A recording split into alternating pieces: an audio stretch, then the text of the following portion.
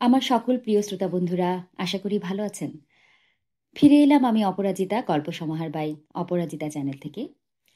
আজ আপনাদের জন্য নিয়ে এসেছি শরৎচন্দ্র চট্টোপাধ্যায়ের বৈঠকি গল্পের আয়োজন নিয়ে। তার আগে কিছু কথা বলে নিই। শরৎচন্দ্রের মতো মজলিসি মানুষ এই যুগে খুব একটা দেখা যায় না, আসলে একটু বিরল। যে কোনো বৈঠকে বা বন্ধুদের সাথে তিনি ঘন্টার পর ঘন্টা অনেক রকম গল্প বলতে পারতেন, এবং আশ্চর্যজনকভাবে সেই মজলিসটি বা সেই বৈঠকটি তিনি খুব জমিয়েও রাখতে পারতেন। তো এসব গল্পের মধ্যে তিনি বিভিন্ন রকম গল্প বলতেন। দেবদেবীর গল্প থাকতো, বিভিন্ন রকম ভূতের গল্প থাকতো, সাধুদেবের গল্প থাকতো, এমন বিভিন্ন গল্প। এসব গল্প শরৎচন্দ্র চট্টোপাধ্যায়ের নিজের মুখে যারা শুনেছেন, তাদের মধ্যে কয়েকজন আবার বিভিন্ন পত্রিকায় এই গল্পগুলো বিভিন্নভাবে বিভিন্ন সময়ে প্রকাশ করেছেন। তো সেটিরই একটি প্রকাশ পেয়েছে শরৎচন্দ্রের বৈঠকি গল্প। আপনাদের ভালো লাগবে আশা করি এই ভিন্নধর্মী নিবেদন। তো শুরু করি গোপালচন্দ্র রায়ের শরৎচন্দ্রের বৈঠকি গল্প। আজকের গল্পের নাম গুরুদেবের জাহাজ ভক্ষণ। আশা করি সঙ্গেই থাকবেন। শরৎচন্দ্রের বাল্য, কৈশোর এবং প্রথম যৌবনেরও অনেকগুলো বছর কেটেছিল ভাগলপুরে মামার বাড়িতে। পরবর্তীকালে তিনি যখন হাওড়া শহরে এবং হাওড়ার সামতাবের গ্রামের অধিবাসী, তখনও মাঝে মাঝে মামার বাড়ির জগদ্ধাত্রী পুজো উপলক্ষে ভাগলপুরে যেতেন। সেবার বেশ কয়েক বছর পরে শরৎচন্দ্র ভাগলপুরে মামার বাড়িতে গেছেন। তিনি তখন অপরাজেয় কথাশিল্পী হিসেবে দেশ বিখ্যাত। ভাগলপুরে এলে পরিচিত অপরিচিত অনেকেই তার সঙ্গে দেখা করতে এলেন। এই সময়ে একদিন এলেন সাহিত্যিক বনফুল, বলাইচাঁদ মুখোপাধ্যায়। বনফুল তখন বহুদিন ধরে ভাগলপুরে বাস করছিলেন। তবে সাহিত্যক্ষেত্রে তার আগমনের অনেক আগেই শরৎচন্দ্র তার প্রথম জীবনের ভাগলপুর বাস শেষ করে চলেই গিয়েছিলেন। তাই পরস্পরের মধ্যে সাক্ষাতের কোনো সুযোগ তেমনভাবে হয়নি।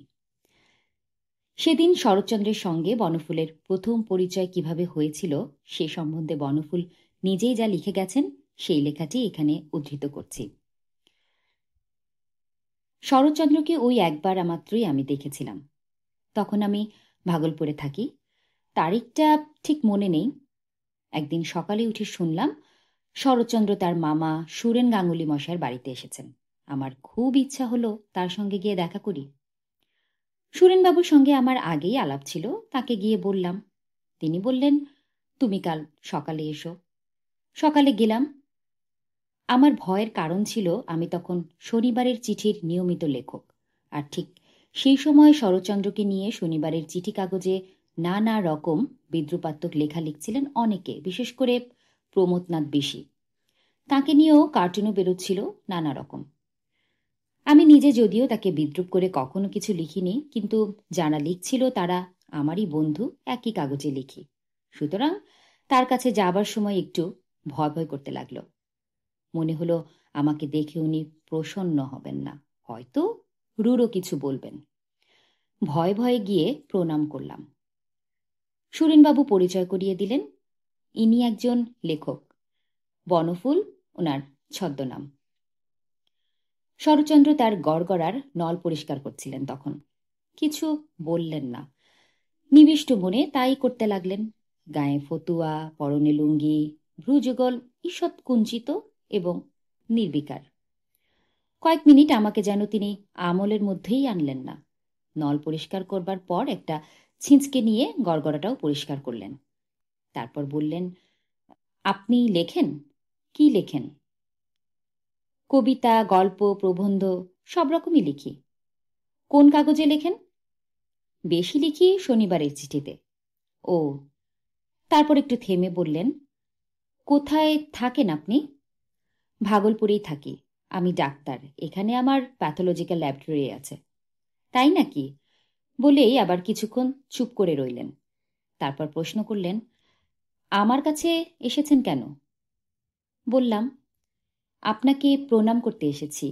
শুনেছি আপনি ভালো গল্প বলতে পারেন, তা শোনারও লোভ আছে, তাই এসেছি। ততক্ষণে গড়গড়া ঠিক হয়ে গিয়েছিল। একটি ছেলে ভিতর থেকে এসে এক কোলকে তামাকও দিয়ে গেল। শরৎচন্দ্র বললেন, আমি তো গল্প বানিয়ে বলি না, যা দেখি তাই বলি। তামাক খেতে লাগলেন। খানিকক্ষণ তামাক খেয়ে বললেন, মনে পড়েছে একটা গল্প। গল্প নয়, সত্যি ঘটেছিল এই ভাগলপুরেই, সিঁড়িঘাটে। আমরা তখন ছেলে মানুষ, স্কুলে পড়ি। সে সময় একবার ভাগলপুরময় একটা খবর ছড়িয়ে পড়ল যে সিঁড়িঘাটে এক অত্যাশ্চর্য সাধু এসেছে। গেরুয়া কিংবা জটাজুটের দিক থেকে আর 5 জন সাধুর মতো হলেও এর গুণ আর শক্তি নাকি অসাধারণ। কদিনের মধ্যেই সে ভাগলপুরেরই কত লোকের কত দুরারোগ্য ব্যাধি সারিয়েও দিয়েছে। আর শুধু কি তাই, কত অদ্ভুত আজব কাণ্ডও নাকি দেখাচ্ছে। লোকে এইসব অলৌকিক কাণ্ড দেখে তো একেবারে তাজ্জব বনে যাচ্ছে। অল্প সময়ের মধ্যেই শহরময় হইচই পড়ে গেল। ফলে কি হলো জানো? সাধুকে শুধু দেখবার জন্যই সিঁড়িঘাটে রোজই লোকে লোকারণ্য। অনেকে একান্ত ভক্তও হয়ে পড়ল, কি সব দীক্ষা টিক্ষা দিয়ে তাদের শিষ্যও করে ফেলল। একদিন সাধু তার শিষ্যদের বলল, হাম গঙ্গা মাইকো পূজা দেগা। ভক্তরা তো শুনে গদগদ। সে আর কথা কি গুরুদেব, পুজোর যা কিছু আছে নৈবেদ্য উপকরণ আমরা কাল এনে হাজির করব এখানে, আপনি পুজোর ব্যবস্থা করুন। পরদিন শিষ্যবৃন্দ গঙ্গা মায়ের পুজোর জন্য প্রচুর উপকরণ এনে হাজির করল সিঁড়িঘাটে। গঙ্গা তীরে একেবারে জলের কাছে ঘেঁষে থরে থরে সবকিছু সাজানো হলো। পুজোর সময় প্রায়ই হয় এরকম। সাধু পুজোয় বসবে এমন সময় নিদারুণ এক কাণ্ড ঘটে গেল। IGSN কোম্পানির বড় স্টিমারখানা তখন রোজই ওই সময় সিঁড়িঘাটটা পাস করে যেত। জাহাজের যেমন ছিল গর্জন, তেমনি ঢেউও তুলত প্রকাণ্ড। সেই ঢেউ এসে করল কি জানো? গঙ্গা মাইকির পুজোর নৈবেদ্য ফলমূল সব দিয়ে গেল ভাসিয়ে। শিষ্যরা তো হাই হাই করে উঠল, কিন্তু সাধু গেল একেবারে ক্ষেপে, চিৎকার করে সাপ সাপান্ত করতে লাগলো। এত বড় স্পর্ধা জাহাজের! আমার গঙ্গা মাইকির পূজা ভাসিয়ে দিয়ে যায়?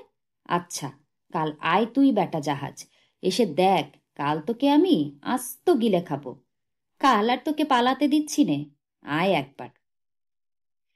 শিষ্যরা তো অবাক, বলে কি গুরুদেব, অত বড় একটা জাহাজ তাকে আস্ত গিলে খাবে সাধু বাবা?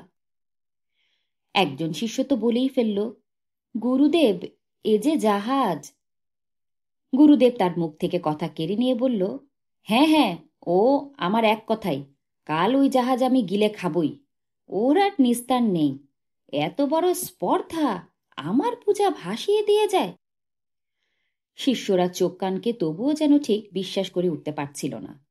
মানুষ জাহাজ গিলে খাবে, এ কি কখনো সম্ভব?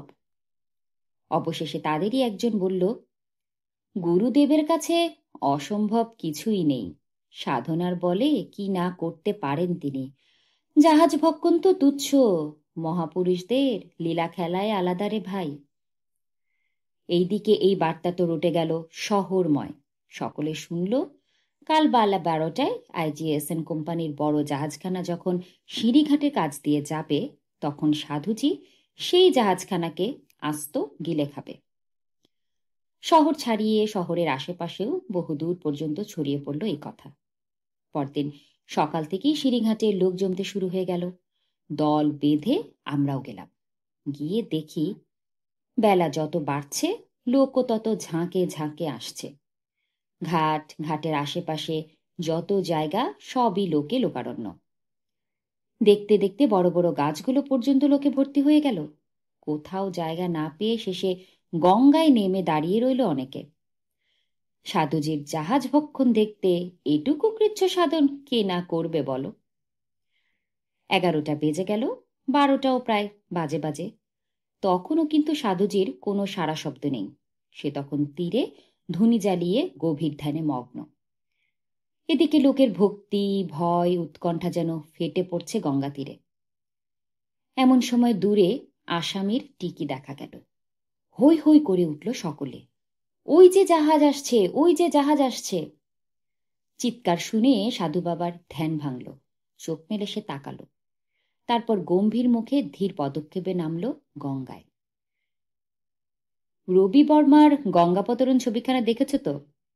সেই শিবের মতো কোমরে দু হাত রেখে কোমর জলে সে দাঁড়ালো গিয়ে স্থির হয়ে। তারপর হঠাৎ চিৎকার করে বলতে লাগলো জাহাজকে, আর তোর নিস্তার নেই আজ, আয় তুই, তোকে আজ খাই, বলে আর গলা চড়ে। এদিকে ঢিপ ঢিপ করতে থাকে লোকেদের বুক। না জানি কি অঘটনই না ঘটবে আজকে। গঙ্গা তীরে হই হল্লা ঠিক এই সময়টায় একেবারে থেমে গিয়েছিল সবকিছু। নিঃশ্বাস বন্ধ করে সকলে ভাবছিল, তাই তো, এত বড় জাহাজটাকে কিলে খাবে কি করে? ভীম গর্জনে এসে পড়ল জাহাজ, ঢেউ আঁচড়াতে লাগলো সিনিঘাটে। সাধু হুঙ্কার দিয়ে বলে উঠল, এসেছিস, আয় তবে, বলেই বিরাট এক হাঁ করে জাহাজের দিকে এগিয়ে যেতে লাগলো। ঠিক এমনি সময় কি হলো জানো? তীর থেকে 10-15 জন লোক হঠাৎ হাউ মাউ করে কেঁদে উঠে হুড়মুড় করে জলের মধ্যে নেবে সাধুর পা জড়িয়ে ধরল। বলল, রক্ষা করুন, রক্ষা করুন গুরুদেব, নির্জীব অচেতন তুচ্ছ একটা পদার্থ এই জাহাজ, একটা অপরাধ করে ফেলেছে, তার কি মার্জনা নেই গুরুদেব? তার উপর রাগ করা কি আপনার সাজে? শিশু অগণিত কত নারী নর এইখানে যাত্রীতে রয়েছে, ওরা তো কোনো অপরাধ করেনি গুরুদেব, তবে কোন অপরাধে আপনি ওদের খাবেন? শুনে সাধুর ভ্রু কুঞ্চিত হয়ে উঠল। মুখ গম্ভীর করে খানিকক্ষণ কি একটা ভাবল, তারপর দীর্ঘ এক নিঃশ্বাস ছেড়ে বলল, তা বটে, আচ্ছা ছোড় দেও, তুমহারা বাত রাহা বেটা। তারপর জাহাজের দিকে তাকিয়ে হাত নেড়ে বলল, যা বেটা, খুব বেঁচে বেঁচে গেলি আজ, তোর পুনর্জন্ম হয়ে গেল। জাহাজ ততক্ষণে সাধুকে ছেড়ে অনেক দূরে চলে গেছে।